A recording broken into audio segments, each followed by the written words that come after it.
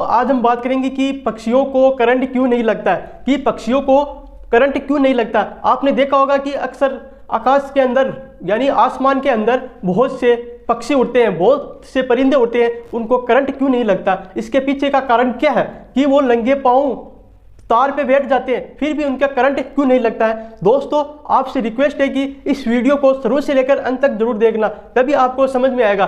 दोस्तों सबसे पहले हम बात करेंगे कि सर्किट क्या होता है, यानी कि सर्किट का मुकम्मल करना। सबसे पहली बात करेंगे कि सर्किट के अंदर दो वायर होते हैं, एक तो फेज वायर होता है, एक न्यूट्रल वायर होता है। देखो दोस्तों,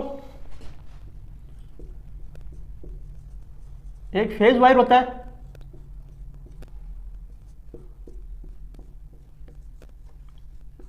एक न्यूट्रल वायर होता है। जब हम बल्ब तांसते हैं, बल्ब को चालू करते हैं, तब बल्ब चसता है तो हम उसके दो तार लगे हुए थे।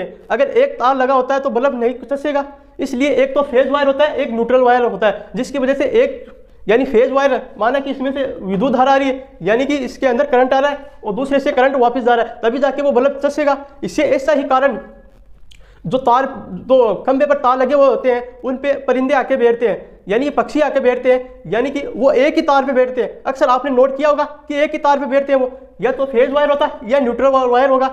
यानी कि जो खंभे पर जो वायर होते हैं यानी कि पक्षी बैठते हैं वो केवल एक ही, यानी अपने दोनों पाँव है वो एक ही तार पर रखते हैं, यानी कि वो तार क्या फेज होगा या न्यूट्रल होगा।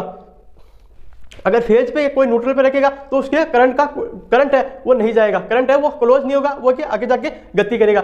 लेकिन आपने कभी ये सोचा है कि दो तार जा रहा है, एक न्यूट्रल एक फेज, यानी खंभों में दो तार जा रहा है, एक न्यूट्रल एक फेज। अगर पक्षी एक पाँव अगर न्यूट्रल पे रख लेगा और एक फेज पे रख लेगा तो उसको करंट आ जाएगा, तुरंत वहां पे ही मृत्यु हो जाएगी उस पक्षी की।